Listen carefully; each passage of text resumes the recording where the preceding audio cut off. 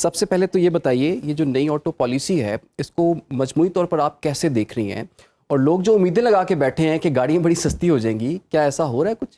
اچھا، مزے کی بات یہ ہے کہ لوگ ہر بجٹ سے پہلے یہ امید لگا لیتے ہیں اور ہر دفعہ ایک یہ گوسپ مارکیٹ میں چلتی ہے کہ گاڑیاں سستی ہو رہی ہیں.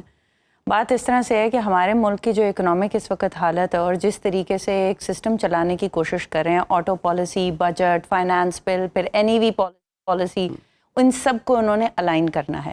For the first time in the history of Pakistan آپ کی ساری چیزیں اتنی لیٹ ہوئی ہیں، بجٹ آپ کا اتنا لیٹ ہو گیا ہے، پھر آپ کی آٹو پالیسی اتنی آتے آتے آ رہی ہے، پلس اس کے ساتھ جو الائنمنٹ ہے ہماری NEV کی. سب سے پہلے just look at the bigger picture, ہماری ملک کا فائدہ جو کہ اناؤنسمنٹ ہو رہی ہے NEV پالیسی، اس کا جو بیسک پوائنٹر ہے وہ یہ ہے کہ آپ کو 2030 تک 30% اپنی جتنی بھی ویکلز ہیں، وہ کمرشل ہوں یا وہ 2 ویلر ہو، 3 ویلر ہو، جو بھی ٹرانسپورٹ ہے اس کو شفٹ کرنا ہے on to electric.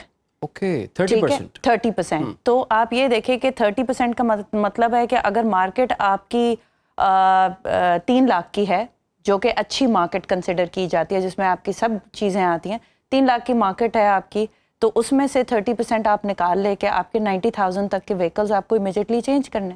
At the same time آپ کے پاس جو آپ گورنمنٹ نے کہا تھا کہ جی ہم یونٹ جو ہے 39 روپیز کا کر دیں گے، چارجنگ یونٹ جو ہے الیکٹرک گاڑیوں کے لیے، اور ہم نے الیکٹریفائی کرنا ہے، ہم نے زیرو کاربن ایمیشن کے اوپر کام کرنا ہے.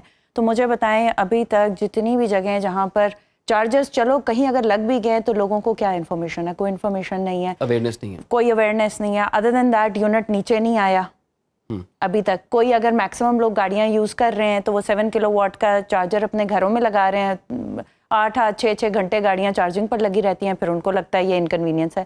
لیکن اگر فاسٹ چارجر لگ جاتا ہے تو 25 منٹ 30 منٹ ہارڈلی لگتے ہیں، 20 سے 30 کے درمیان میں، اس سے بھی جلدی آئی ووڈ بلیو جتنی زیادہ پاور کا چارجر ہوگا گاڑی چارج ہو جائے گی. فرسٹ دس.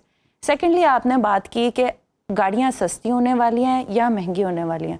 دیکھیں الٹیمیٹلی ہم ٹیکسز کے اوپر چلتے ہیں، ٹھیک ہے. ہمارے کسٹمز ہے، FAD کا ٹیکس ہوتا ہے، ہماری کسٹم ڈیوٹی لگتی ہے، ASD لگتا ہے، پھر ایک بجٹ آتا ہے یا بل آتا ہے، اس کے اگینسٹ پھر SROز آنا شروع ہو جاتے ہیں.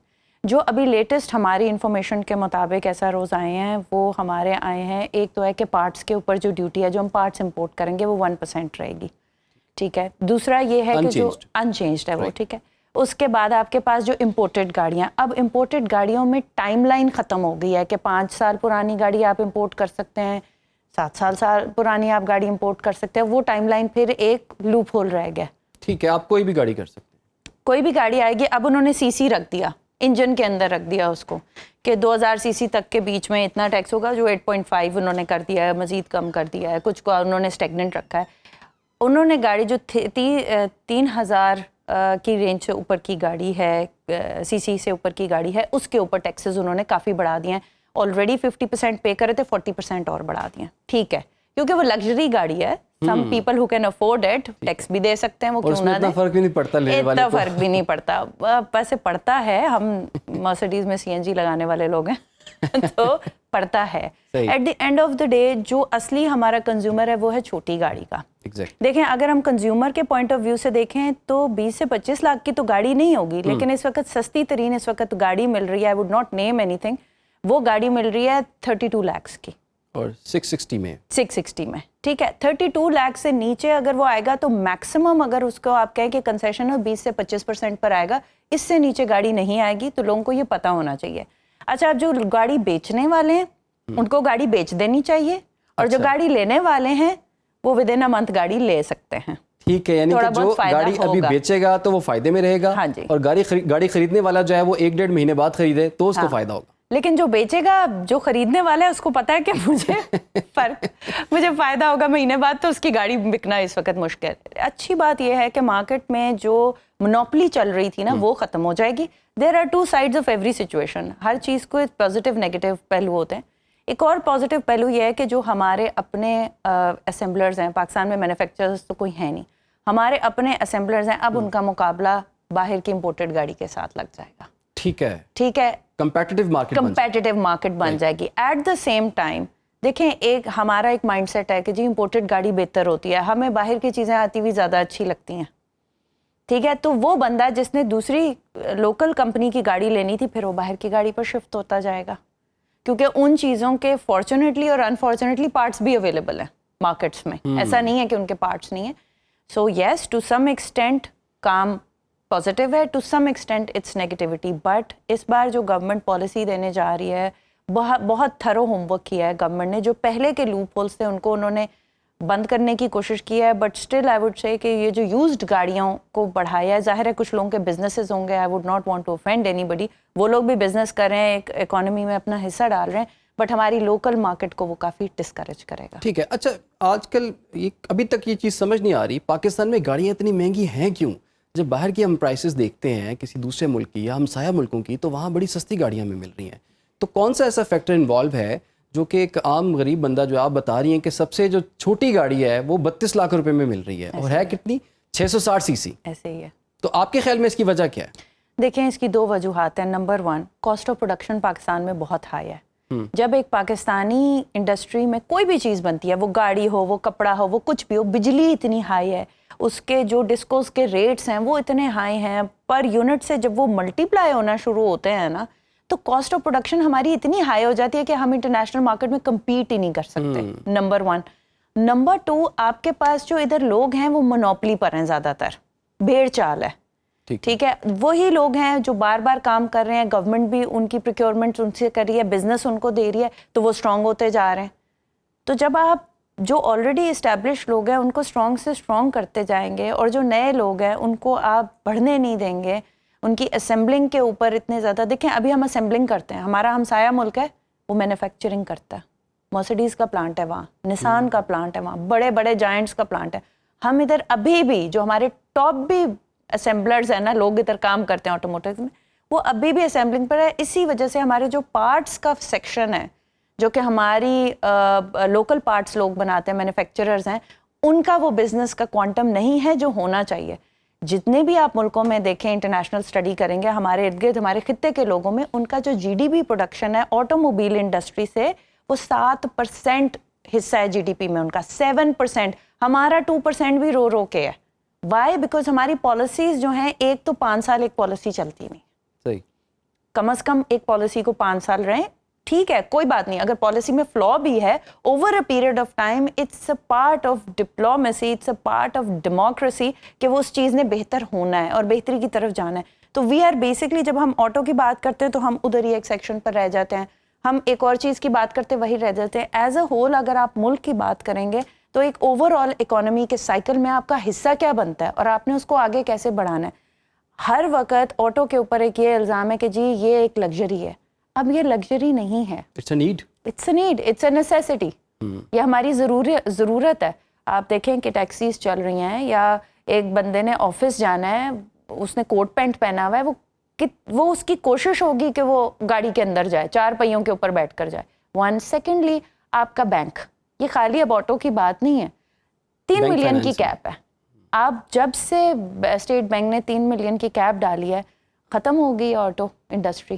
لوگوں نے گاڑیاں, آپ کی مارکیٹ گر گئی ہے ایک دم سے, منیمم پر آ گیا, اب واپس بوسٹ ہو رہی ہے. یس, الیکٹرک وہیکل کے آنے سے مارکیٹ نے ایک جان پکڑی ہے, لوگوں نے ایک بڑا پازیٹیو اس کی طرف قدم بڑھایا ہے. گورنمنٹ تو اگر یہ گاڑیاں سستی ہوتی ہیں تو آٹو فائنانس میں بھی تیزی آئے گی آپ کے خیال میں؟ دیکھیں, آنی چاہیے. آٹو فائنانس میں تیزی تب آئے گی جب اسٹیٹ بینک کوئی پالیسی دے گا, کوئی ریگولیشن دے گا کہ بھئی 3 ملین کی کیپ کم از کم الیکٹرک گاڑیوں سے ہی ہٹا دیں.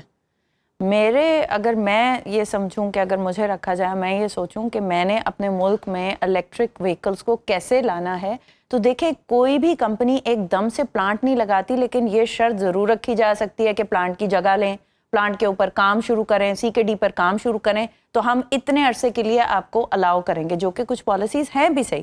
لیکن پھر وہ اتنی ایس آر اوز ڈفرنٹ آتے رہتے ہیں, اوور لیپنگ ہوتا رہتا ہے, تو پالیسی کے پیچھے کوئی حالت ہی نہیں رہتی. It just keeps on. ٹھیک ہے. اچھا, آپ نے بتایا کہ 2030 تک ہم نے 30% الیکٹرک گاڑیوں پہ جانا ہے. ایسے ہی ہے. اب بہت سی یوزڈ گاڑیاں جو لوگ کوشش کریں گے خریدیں یا انہیں بیچیں, اب اس پہ اس پالیسی کا کیا امپیکٹ آپ کو نظر آتا ہے؟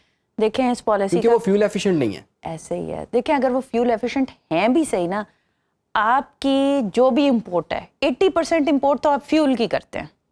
اس 80% میں سے جو 60% امپورٹ ہے. آپ کہیں کہ وہ فیول جو ہے 20% لگتا ہے کہیں انڈسٹری بجلی شجلی بنانے میں, باقی فیول گاڑیوں میں ہم دھوئے میں اڑا دیتے ہیں. اور جو پیٹرول ہے اس کی efficiency as a fuel is 64 to 66%, باقی اٹس ہیٹ. ٹھیک ہے, تو آپ کی گاڑی کی ڈیٹیریوریشن یہ سب چیزیں اس میں میٹر کرتی ہیں. اب آپ نے کہا ان گاڑیوں کا کیا ہوگا. دیکھیے اس وقت ایز پر پالیسی گورنمنٹ کیونکہ الیکٹرک کو آگے انکریج کر رہی ہے, تو اب یہ سب گاڑیوں کے دھوئیں چیک ہوا کریں گے, جو کہ ابھی ریسنٹلی ہوئے بھی تھے. یس, انوائرمنٹ ڈپارٹمنٹ جو انوائرمنٹ ڈپارٹمنٹ کرے گا. اب انوائرمنٹ ڈپارٹمنٹ کا ایک بڑا ہی وائٹل رول ہونا شروع ہو جائے گا. They will not be some department جس کو کوئی جانتا نہیں ہے. Now they will be the department جس کو سب جانتے ہیں, because everyone who is driving a petrol car or a nice engine, diesel petrol کوئی بھی چلا رہا ہے, اس کو جتنی ایمیشن ہوگی اس کے اوپر ٹیکسز لگیں گے, ٹوکنز ہیوی ہو جائیں گے, تو وہ ان لوگوں کے لیے ڈیفیکلٹ ہو جائے گا پیٹرول گاڑیوں کو آگے چلانا. انہوں نے ایک کلیور قسم کی دے تو دی ہے, ایک اوپن فورم کھول دیا تاکہ کمپٹیشن بھی آ جائے, آٹو کی جو اکانومی میں کچھ حصہ زیادہ بڑھ جائے, but at the same time check and balance بھی بہت اچھا سٹارٹ ہو گیا. اچھا, یہ جو بگ 3 کمپنیز ہیں جی, ان کی منوپلی کا بھی آپ نے بھی ریسنٹلی ذکر بھی کیا ہے. تو آپ نے بتایا کہ باہر سے جب امپورٹ سٹارٹ ہو جائے گی اور کچھ جیسے کہ کچھ ٹیکسوں میں ڈیوٹیز میں جو کمی ہوئی ہے, تو ان کی منوپلی ختم ہو سکتی ہے, یا یہ واقعی بہت اتنے اسٹرانگ ہیں کہ گورنمنٹ کو بھی انفلوئنس کر لیتے ہیں, پالیسی مولڈ کر کے اپنی جانب جو ہے آپ فیور لے لیتے ہیں؟ آپ کو میں مزے کی بات بتاؤں کہ government I don't know most probably consider کر رہی ہوگی کہ جو یہ بگ 3 ہے ان کی گاڑیاں زیادہ رورل ایریاز میں چلتی ہیں. آپ کو یہ پتہ ہونا چاہیے مور دین اربن ان کی سیل رورل ایریاز میں ہوتی ہے, یا ان کی کارپوریٹ سیلز ہیں, گورنمنٹ سیلز ہیں, یا ان کے رورل ایریاز میں. اب رورل ایریاز میں جب تک یہ لوگ چارجنگ اسٹیشن ہی لگائیں گے ان کی سیل تو رہے گی, سیل رہے گی تو ریونیو آئے گا, ریونیو ہے تو پروفٹس ہیں, پروفٹس ہے تو اسٹرینتھ ہے.